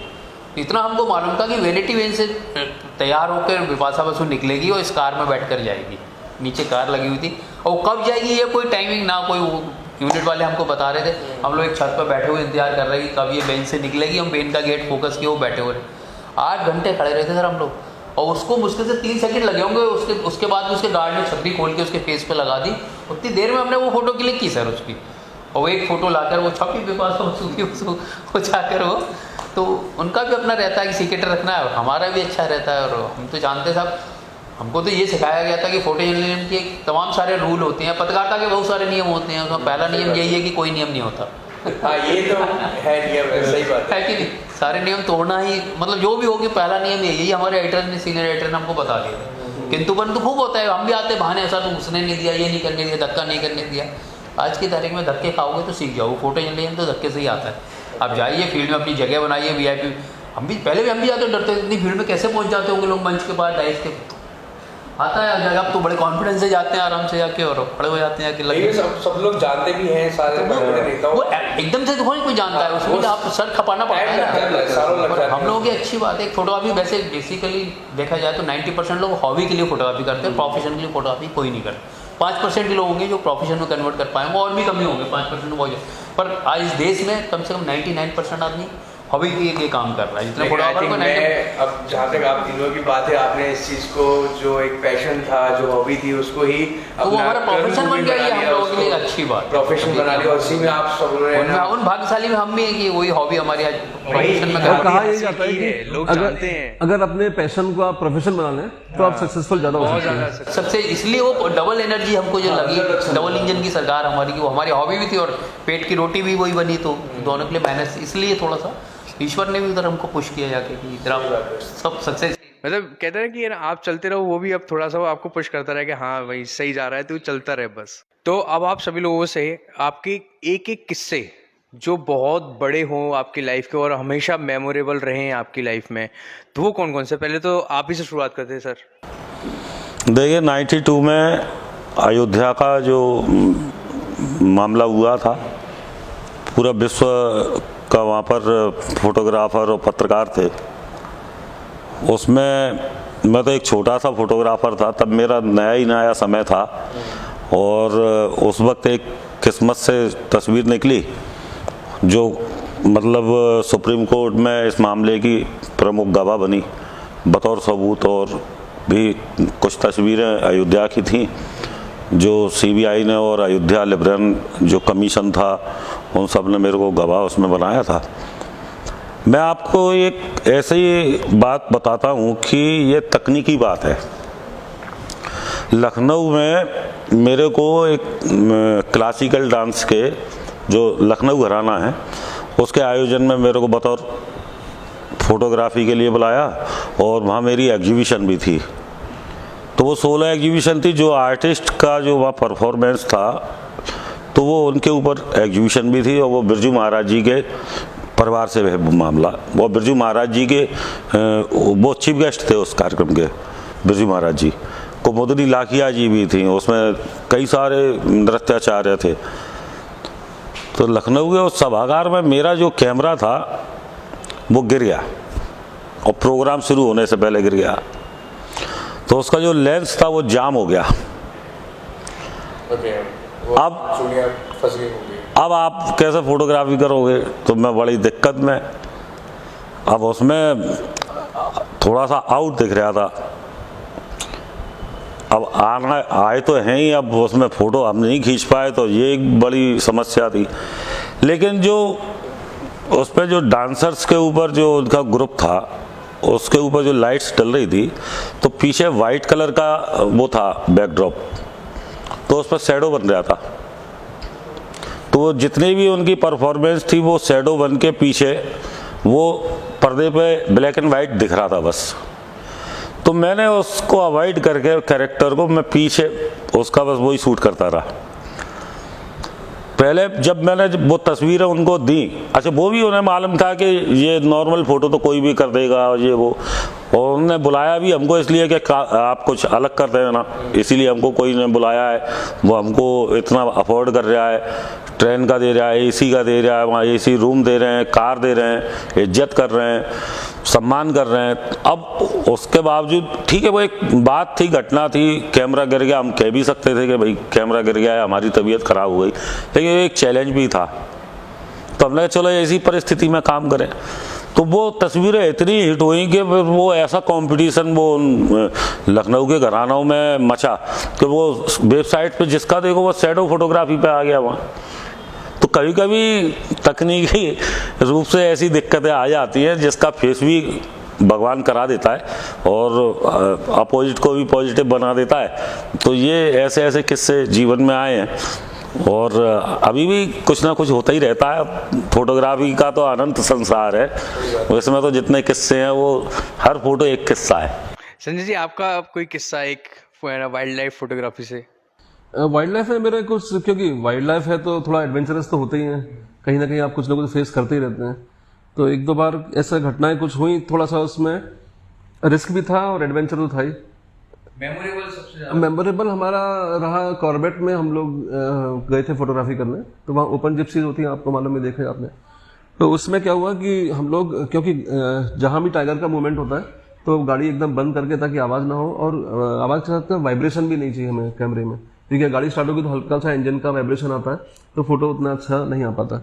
तो गाड़ी बंद करके हम लोग फोटोग्राफी कर रहे थे। टाइगर साइड में था, वो झाड़ी में था, काफ़ी अंदर था, लेकिन कुछ फोटोज हमको मिल रहे थे, अच्छे फोटोज मिल रहे थे। उसके बाद जैसे टाइगर का मूवमेंट शुरू हुआ, टाइगर ने रोड क्रॉस की, तो ध्यान नहीं रहा कि पीछे से एक जंगली हाथी भी आ रहा है, एलिफेंट। एलिफेंट्स का बहुत लाइक वो टेरर होता है, आतंक होता है। टाइगर आप पर बहुत नॉर्मली कभी अटैक नहीं करता, लेपर्ड कभी अटैक नहीं करता, लेकिन हाथी, जंगली हाथी है तो वो आपको छोड़ेगा नहीं बिना बात के। हाथी और भालू, दो से बचना चाहिए। ये दोनों, भालू का भी है कि भालू ने आपको देख लिया जंगल में तो वो आपको बिना बात के अटैक करेगा, छोड़ेगा नहीं आपको। बहुत गंदा अटैक करता है वो, सीधे चेहरे पे पूरा अटैक करता है सबसे पहले। तो हाथी एकदम पीछे से वो रोड साइड चला आ रहा था, जंगली हाथी जो टस्कर होता है। अब धीरे से हमने ड्राइवर से कहा कि भाई चलो निकल लेते हैं, वहां हाथी आ रहा है। तो उसने बोला ठीक है। जैसे इसने स्टार्ट करने की कोशिश की तो एक दो बार उसकी गाड़ी मिस हो गई, स्टार्ट नहीं, पता नहीं क्यों। तो हाथी कंटिन्यूसली आ ही रहा था। फिर अचानक उसने हम लोगों का थोड़ा मूवमेंट देखा तो वो एकदम रिएक्ट करने लगा, जैसे बोलते हैं चिंगाड़ते हुए दौड़ा फिर हम लोग की तरफ। अब उस ड्राइवर ने फिर कोशिश की, हम लोगों ने तैयारी कर ली थी, अगर नहीं हुआ तो हम लोग कूद के भागेंगे यहाँ से, क्योंकि वो जिप्सी को पलट देता है सीधे आगे। लेकिन पता नहीं क्या हुआ, उसका ही मूड चेंज हुआ कि वो थोड़ी देर रुका, देखा उसने, फिर वो अंदर जंगल में चला गया। कहते जाने तो दो इनको। फ्रैक्शन ऑफ सेकंड्स हम लोग बचे थे। जैसे हमने कहा जाने दो, ये केवल फोटो ही खींच रहे हैं, हम लोग को परेशान नहीं कर रहे।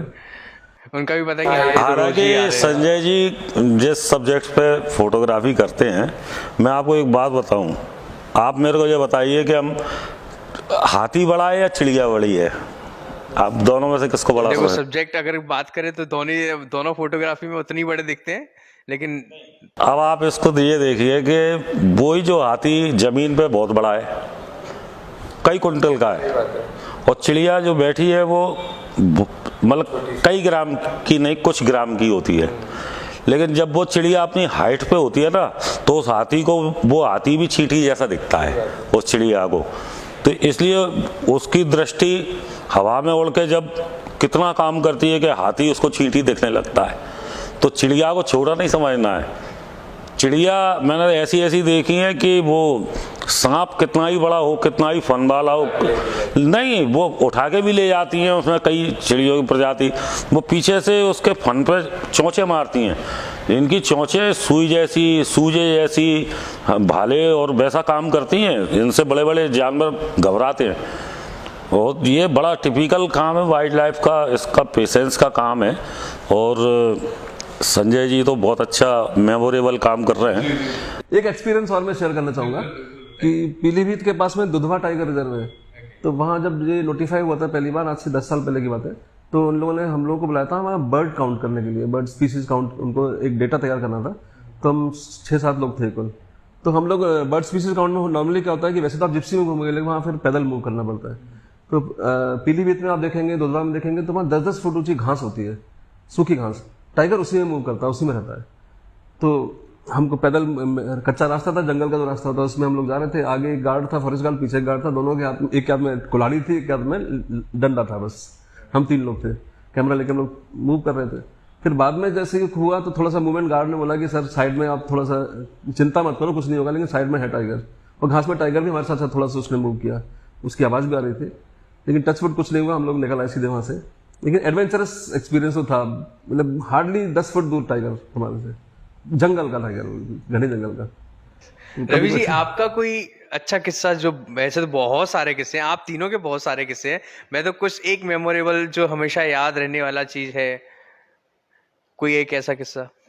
छोटे छोटे किस्से तो कई सारे, मैं फोटो जर्नलिज्म आया तब के, उससे पहले के भी कई सारे किस्से रहते हैं। रवि जी की मोटरसाइकिल जला दी थी।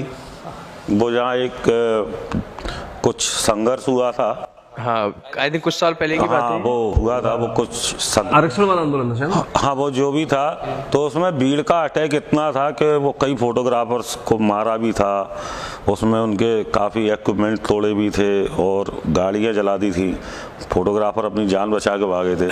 तो वो मेरे सामने वो इनका ये किस्सा है, वो बड़ा मतलब विषम परिस्थिति वाला है।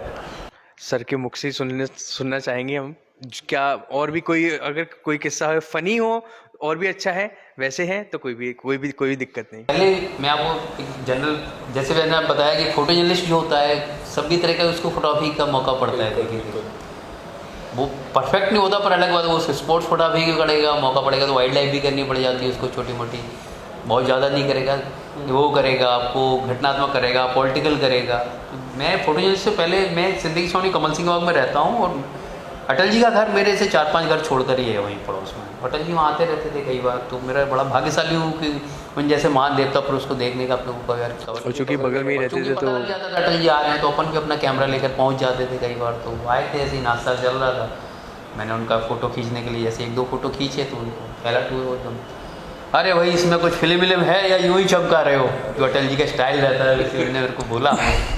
तो अपन तो अभिभूत, मतलब अमूमन फोटोग्राफी में क्या होता है, फोटोग्राफर का इंटरेक्शन सब्जेक्ट से बहुत कम होता है। नेता लोग अपना काम कर रहे हैं, अपन अपना कवरेज कर रहे हैं, पर उन्होंने बोला तो मैंने उनको बोला हाथ जोड़ कर, मैंने सर इसको बोला तो फिर खींचो, उनका वही स्टाइल खींचो। फिर मैंने उनके फोटो खींचे और उनके पोर्ट्रेट बहुत अच्छे आते थे। अटल जी बहुत ही फोटोजेनिक थे, मतलब छवि बहुत अच्छी है उनकी, फोटो के हिसाब से वो अब आप ये परफेक्ट सब्जेक्ट हुआ करते थे। मतलब ऐसी स्पोर्ट्स फोटोग्राफी का मैं बताता हूँ, मतलब मेरे लिए बड़े अभिभूत करने वाली टाइम है कि सचिन तेंदुलकर ने जो दोहरा शतक मारा था वो ग्वालियर में ही मारा। ये तो हम लोग वहाँ साक्षी थे, फोटो क्लिक किया, तो वो बड़ी गर्व की बात की फीलिंग होती है कि क्रिकेट का भगवान का उसको दर्जा जो मिला ग्वालियर की जमीन पर ही मिला था। सही बात है। हम उसके प्रत्यक्ष साक्षी उस अंदर थे, तो वो बहुत बड़ी बात होती है, अचीवमेंट होता है। तो वो काफ़ी सारा था। एक और किस्सा था, एक बार उषा किरण में नुसरत फतेह अली खान साहब आए हुए थे परफॉर्म करने के लिए, जाकिर हुसैन साहब भी आए हुए थे और अमजद अली साहब का शो था, वो कार्यक्रम था, उन्होंने ऑर्गेनाइज किया, आयोजक हुई थे। अब जैसे मैंने देखा वो अंदर से निकल कर आ रहे हैं तो मैं दौड़ लगा के सोचा सामने से आके मैं इनका फ़ोटो क्लिक करूँ। मेरा दौड़ना हुआ, कारपेट में मेरा पैर उलझा और मैं सीधे पैर उलझ के और मैं सीधा उनके पैरों में गिरा। नुसरत फतेह अली साहब ने दोनों हाथ से मेरे को उठाया, लगी तो नहीं, तो अपने लिए मेरे लिए वो अभिभूत करने वाला क्षण था। उन्होंने बड़े उससे, उनका बड़ा हैवी वेट हुआ करता था, उससे वो कैप लगाए हुआ वाली, वो तो मेरे को बड़ा वो लगा। उसी समय का मैं आपको किस्सा सुनाता हूँ नुसरत फतेह अली साहब का, क्योंकि वो जो जिनका ऑर्गेनाइजेशन है जहाँ वो कार्यक्रम था सरोद घर का, तो मैं उसका ट्रस्टी हूँ। ओके। तो पहले मोबाइल नहीं हुआ करते थे, अब जितने कलाकार आए उनके साथ में एक जिम्मेदार आदमी रखना पड़ता था लोकल का, कि भाई किसी भी तरह की कोई असुविधा ना हो। उनका अगर कहीं घूमने का मन है या कुछ लेने का मन है या कुछ है तो वो जा सकते हैं आप उनको लेके। तो नुसरत साहब के साथ मेरी ड्यूटी थी, फोटोग्राफी भी थी। अब नुसरत साहब नीचे बैठे हुए थे, अवार्ड सेरेमनी चल रही थी, तो नुसरत ज़्यादातर क्या है कि जहाँ सम्मान जिस कलाकार का होता है वो परफॉर्मेंस नहीं करते हैं। ओके। वो केवल सम्मान लेने आए हैं, परफॉर्मेंस करने नहीं आए हैं। फिर भी इतने बड़े जो कलाकार हैं वो अपने साथ में हमेशा अपना रिदमिस्ट लेके जरूर चलते हैं।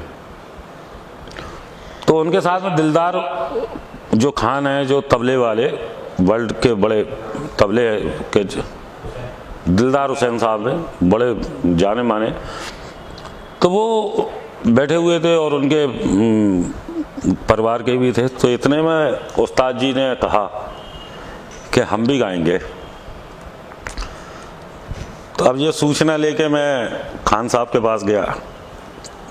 मंच पर साधना सिंह थी, साधना श्रीवास्तव जी थी, जो उसका दूरदर्शन की तरफ से आई थी, वो उसका वो कर रही थी, प्रोग्राम को कंडक्ट कर रही थी, एंकर थी वो उसकी। तो उनको बताया गया, तो फिर नुसरत साहब मंच पर आए। तो फिर वहाँ राजन साजन जी ने बोला कि हम इनके साथ में हारमोनियम बजाएंगे। फिर वो आपके वहाँ पर असगरी बाई भी थी, वो भी मंच पर रही, किशन महाराज जी थे, वो भी मंच पर रहे। काफी दिग्गज लोग उस मंच पे फिर उसके बाद में उसमें शिव कुमार शर्मा जी आ नहीं पाए थे। और आप मजे की बात देखिए कि जाकिर हुसैन साहब बोले कि मैं तबला बजाऊंगा। बहुत शानदार तबला बजाया। तो उन्होंने जो तबला बजाया जाकिर हुसैन साहब ने, तो वो जो चूंकि वो कव्वाली के आदमी थे नुसरत साहब, तो नुसरत साहब ने वहाँ कव्वाली से हटते हुए उन्होंने क्लासिकल में विलंबित में यहाँ पर जो अपना प्रेजेंटेशन दिया, तो जाकिर हुसैन साहब उसमें तबले में कई जगह उनको मुश्किल उनके साथ संगत करने में हुई। ये हमने अपनी आंखों से इस दृश्य को देखा है और हम बड़े अपने आप को सौभाग्यशाली मानते हैं कि ग्वालियर में तानसेन की धरती होते हुए हमने उनकी वजह से इतनी बड़ी बड़ी महान शख्सियतों को हमको सुनने का और देखने का मौका मिल पाता है और करीब से जानने का मौका मिल पाया, और इससे बड़ी बात और भी क्या होगी। खैर इनको तो ये तो भगवान के अंश है, इनको हम क्या जानेंगे, हम अपने आप को नहीं जान पा रहे। हमारा तो बस इतना ही सौभाग्य है कि हम इनके साक्षी बन जाते हैं, यही हमारे लिए काफ़ी है। तो अब लेकिन वैसे लोग अब रहे नहीं। अब तो जो संगीतकार आ रहे हैं वो मैगी खा के आ रहे हैं। पहले के संगीतकार जो थे वो अपना परफॉर्मेंस देने के बाद वो आधा किलो सूजी का गरम गरम हलवा खाते थे और आधा किलो हलवा या अंडी का पत्ता रख के उस पर और फिर बांधते थे गले पे, जिससे वो सारी नसें वो ठीक होती थी। अब तो आप ये देखिए गुटखा भरे हुए हैं, सारी चीज़ें हैं, वो क्या, और मतलब खुद ही उनमें ऐसा लगता है कि इनने कुछ खाया ही नहीं और वो गाने बैठे हुए हैं। तो वो स्थितियाँ सारी अब बदल गई हैं। तो ये फोटोग्राफी में कई सारे दृश्य देखे हैं जो अमर हैं, जिनकी कल्पना ही हम कर सकते हैं, पर बात की और कुछ मतलब जो अच्छा मिलेगा देखेंगे, किस्मत है। एक आपने जैसे कहा कि अपन जाते को सोच कर वहाँ होता कुछ है, निकलता कुछ है। तो मैं आपको ऐसे बता रहा हूँ, जब भंवरपुरा में गड़लिया ने जो नरसंहार किया था 14 लोगों को एक साथ लाइनअप बांध कर गोली मारी थी एक साथ 14 लोगों, तो किसी को पता नहीं था मतलब। और हम लोग तो यहाँ से, मैं और हमारे सीनियर क्राइम रिपोर्टर प्रदीप बौरे जी थे, और बेसिकली हमारे पास उनके प्रदीप बौरे जी की सोर्स से कोई सूचना आई थी। हमारे को ये था कि हमको गड़लिया का इंटरव्यू करना है। हम ये टास्क लेकर गए थे कि हमको वहाँ जाके गड़लिया का इंटरव्यू करना है। तो वहाँ जाकर हम लोग वहाँ बैठे हुए थे घाटी गाँव थाने में, सुबह बिल्कुल अर्ली मॉर्निंग पहुँच गए थे हम लोग 7 बजे। वहाँ पर पुलिस की मीटिंग चल रही थी। एडिशनल एसपी पुलिस के जो उस समय थे, बाद में ग्वालियर एसपी भी रहे GK पाठक साहब, वो मीटिंग ले रहे थे। बाकी सारे अधिकारी, नीरज पांडे जी वगैरह और भी जितने वहाँ अलग अलग थानों के TI वगैरह, उनकी क्राइम मीटिंग वो चल रहा था यही गड़लिया मूवमेंट को लेकर। मतलब ये पिन पॉइंट जानकारी थी कि गड़लिया का मूवमेंट इस एरिया में है। और इतनी देर में हमने देखा कि गाँव का जो कोटवार होता है जिसको बोलते हैं, वो साइकिल से फड़फड़ाता हुआ आया। बहुत स्पीड में साइकिल चला रहा था वो, सर्दियों का मौसम था, कोट पहने हुआ था ब्लू कलर का, और आया एकदम से और वो थाने परिसर में गिर गया। मतलब साइकिल अलग डली, वो अलग डला, बेहोश, आवाज़ ही नहीं निकल रही है। वो एक ही बात, बस मार दे मार दे मार दे, बाकी भाषा में मतलब मार दिए उसको। वो चलो पुलिस अलर्ट हो गई, कुछ पूछा एकदम क्या हो गया, अरे वो गड़लिया ने सब मार दिए, ये मार दिए। उसका इतना कहना था कि पुलिस पूरे एक्शन मोड में आ गई। मतलब जो एडिशनल साहब उस समय सिविल ड्रेस में थे, वो 2 मिनट के अंदर तो डांगरी आंगरी पहन के अपनी कॉम्बैट वो पूरी यूनिफॉर्म में आके, और वो तो हम लोगों को उन्होंने कुछ बताया नहीं, बाद में कुछ भी नहीं सुना, अपनी अपनी जिप्सी से, और वो लोग भाग दिए। हम लोग, हमारे रिपोर्टर साहब और हम लोग बाइक से ही थे, मेरे पे बाइक थी उस समय। हम लोगों ने बाइक पुलिस की जिप्सी के पीछे लगा दी, बिल्कुल पुलिस स्पीड में। देखते हैं पुलिस जिप्सी कहाँ बाइक अंतर तो होता है गाँव में, फिर भी हम लोग, पुलिस ने हमको डोज दे के पुलिस निकल गई, हमको जो निकल सकती है वो भी निकले। हम लोग पीछे पीछे भंवरपुरा जाने के लिए 2 नदी पड़ती हैं रास्ते, तो बाइक से नदी कहाँ पानी कहाँ में जाता है अपने को पता नहीं होता। इतने में आगे हमको एक बंदा मिल गया गाँव का ही, हमने उसको लिफ्ट दे दी अपनी गाड़ी पे। उसने हमको शॉर्टकट बता दिया, बोले मैं आपको ले चलता हूँ गाँव पे सीधे, बोले। तो उसने नदी में पार कराई हमको पीछे, वो शॉर्टकट से घटनास्थल पर ले गया हमको। घटनास्थल गाँव से भी 5 किलोमीटर दूर अंदर जंगल में इंटीरियर में था। हम पुलिस से पहले घटनास्थल पर पहुँच चुके थे वहाँ पर, बिल्कुल ये देखिए आप, बिल्कुल सारे लोग लाइनअप बंधे हुए थे, 13 लोग बंधे। हमको घायल था उसमें, उसको खटिया पर डाल के वो लोग ला रहे थे। उसका फोटो मैंने वहीं क्लिक किया कि वो जिंदा बंदा था, 13 लोग मर चुके थे, तो 13 लोगों का। तो वहाँ पहुँचे, काफ़ी बड़ा विवाद हुआ था उसको लेके, काफ़ी बहुत सारा उधम 2-3-4 दिन चला ही था सारी पूरा। तो हम लोग कवरेज करके जब निकल रहे थे, तब देश के मीडिया को खबर हो रही थी, पूरे देश का मीडिया बाद में पहुंचा कवरेज करने के लिए, बड़ी बड़ी टीमें आ रही थी, अब हम लोग पूरा कवरेज कर चुके थे। सोचिए मतलब इतना मेरा तो हो गया, तो पूरा एक्सक्लूसिव कवरेज हम लोगों को मिला, और हमने अपने एडिटर से बताया, ऑफिस में फ़ोन करके। वहाँ सिग्नल कम आ रहे थे, पेड़ पे चढ़ के तो सिग्नल आ रहे थे, तो मैंने पेड़ पे चढ़ के फ़ोन लगाया, मतलब सिंह मोबाइल पे वहाँ पर। इवन हमने एसपी साहब आ गए, एसपी साहब पेड़ पे चढ़ के बात कर रहे थे खड़े होकर, तो एसपी साहब का फोटो खींचा था, सिग्नल वही आ रहे थे एसपी साहब तो सिग्नल पता गाँव वाले बताते थे यहाँ सिग्नल आ रहे हैं, तो वहाँ सिग्नल आते थे, तो बात की BSNL का मोबाइल नहीं चलता, उसमें मोबाइल भी कम थे, तो करके कवरेज करके आए, बढ़िया अच्छा कवरेज हुआ। तो हम लोग को टाइमली बुला लिया, दूसरी यूनिट यहाँ से भेजी, बोले आप लोग निकल आओ यहाँ से, सेकंड टीम जा रही तो फ्यूनरल वगैरह कवरेज करेगी। हम लोग 4-5 बजे अपने टाइम से कर। अब आप तीनों से इंस्ट्रूमेंट्स की हम बात करते हैं, जैसे कि है ना पहले कुछ ही लेंस हुआ करते थे और आज बहुत सारी किट लेके है ना बहुत सारी चीज़ें आ गई, तो आज कुछ आप बताना चाहोगे कि सिर्फ ये लेंसेस ही काम नहीं करेंगे, या फिर एक 18-55 लेंस या फिर एक छोटी सी एक बॉडी लेके ही आप काम नहीं कर सकते, बहुत सारे किट और भी ज़रूरी होती हैं, तो कुछ गाइडेंस आप देना चाहेंगे जितने भी है ना फोटोग्राफर्स व्यूअर्स हैं हमारे? अगर आप वाइल्ड लाइफ फोटोग्राफी में जाते हैं तो आपको जैसे आप कोई भी सबसे पहले आप कैमरा लोगे, DSLR या जो भी आजकल मिररलेस आ रहे हैं, साथ में एक किट लेंस आपको तो मिलता ही 18-55 का। लेकिन आप जैसे भी थोड़ा सा अपग्रेडेड कोई कैमरा लोगे, सपोज करो आप हायर रेंज में जाओगे, तो उसमें आपको लेंस नहीं मिलेगा, उसमें केवल बॉडी मिलेगी आपको। तब आपको डिसाइड, अगर आप अच्छी फोटोग्राफी करना है तब आपको डिसाइड करना है कि लेंस कौन सा लेना है आपको और किस तरह की फोटोग्राफी करना है। अगर स्टार्ट करें तो जैसे मेरे ख्याल से तो 70-300 लेंस बहुत अच्छा है, निकॉन में या कैनन में भी काफ़ी आता है, थर्ड पार्टी लेंस भी ले सकते हैं आप, टैमरॉन का भी अच्छा आता है, तो स्टार्टिंग के लिए तो वो अच्छा है, लेकिन वो सफिशिएंट नहीं है, उसको आपको रीच बढ़ानी पड़ेगी। तो उसके लिए फिर आप 400 या 500 mm तक जाएं। अगर ज़्यादा पैसा इन्वेस्ट नहीं करना चाहेंगे तो थर्ड पार्टी लेंस भी अच्छे मिल जाते हैं। जो जिस सब्जेक्ट की फोटोग्राफी कर रहा है उसके अलग अलग इक्विपमेंट है, अलग अलग उसकी लेंसेज हैं, तो अब देखिए आप लेंस और ये इक्विपमेंट और एसेसरीज तो बहुत है, पहले भी आती थी। लेंस आपको बता दें कि जो आज हैं वो पहले भी थे, चाहे वो वाइड हो, चाहे वो टेली हो, चाहे वो जूम हो, चाहे वो मैक्रो हो, ये सारे लेंस अभी भी हैं, भले ही बॉडी चेंज हो गई, वो फॉर्मेट चेंज हो गया, फंक्शन कैमरे आ गए हैं, तो लोग ऐसा समझते हैं कि लेंस ज्यादा अच्छा लेना चाहिए, लेंस ज्यादा महंगा होता है, ऐसा नहीं है। कैमरा बॉडी भी बहुत ज्यादा रोल प्ले करती है उसमें, सेटिंग्स आप स्विच में कर सकते हो, FPS ज्यादा होगा तो वाइल्ड लाइफ या स्पोर्ट्स ज्यादा अच्छा कर। आपको जो चीज़ में आवश्यकता जिस चीज़ की आप बोलें, बात बाकी तो बहुत है इसमें, तो कोई इक्विपमेंट्स का तो ये है कि संसार है। आप मतलब कुल मिलाकर मैं इससे एक चीज़ निकाल सकता हूँ, निवारण इसका ये हो सकता है कि जो भी फील्ड का कोई भी फोटोग्राफर है, चाहे वो वेडिंग फोटोग्राफर है, तो उसको उस हिसाब से अपने लेंसेज लेने चाहिए, क्योंकि स्टेज से भी दूर है। बिल्कुल मीडिया फील्ड में अगर आप जा रहे हो, आपको हर तरह के है ना फोटोज कवर करने हैं। अंडर वाटर फाइनल करते हो, आपको घर के लिए गाड़ी चाहिए या सिटी में घूमने गाड़ी चाहिए, तो आजकल कहता है थोड़ी कॉम्पैक्ट गाड़ी हो कि हम सिटी में मूव कर सकें, वाले शहर में या कहीं दूर जाना होता है, उस टाइप से मॉडल के ऊपर डिपेंड करता है। अब जंगल सफारी में जाना है तो आप कार लेकर नहीं जा सकते, जैसे कुनू वगैरह जाओ तो वहाँ अलाउ ही नहीं करते हैं गाड़ियों को, तो वहाँ SUV गाड़ियाँ अलाउ होती हैं, तो वो थोड़ा सा फर्क है। वैरायटीज बहुत हैं, आप चूज कर सकते हो, सिलेक्शन आपके पास है। उसका मेन है कि आप कौन सी फोटोग्राफी कर रहे हो, और सेकंड पार्ट आपकी पेइंग कैपेसिटी क्या है, उसके साथ दोनों में कॉरिलेशन तो बिठाना पड़ेगा आपको, तो वो तो सीधा है। तो आज आप तीनों बड़े बड़े फोटोग्राफर्स आज यहाँ पे मौजूद हैं, थैंक्स टू यू सभी को। आप फोटोग्राफर कहें तो ठीक है, बड़े बड़े कहने का बड़ा भारी वो लगता है, एक वजन सा रहता है, ऐसी कोई बात नहीं, हमसे भी बड़े काफ़ी लोग आए और भी बिजनेस है शहर में। बल्कि आपका धन्यवाद हमको करना चाहिए कि आपने हमको ये मंच आपने प्रोवाइड कराया। नहीं, बाकी आप लोगों का ग्वालियर इम्पैक्ट का बहुत बहुत धन्यवाद, शुक्रिया, क्योंकि आज आपने एक हमको प्लेटफॉर्म दिया ताकि हम तीनों लोग डिस्कस कर पा रहे हैं आपके व्यूअर्स के साथ में। और एक फोटोग्राफी डे के लिए आप सबको बधाइयाँ, आप सारे दर्शकों को बधाइयाँ।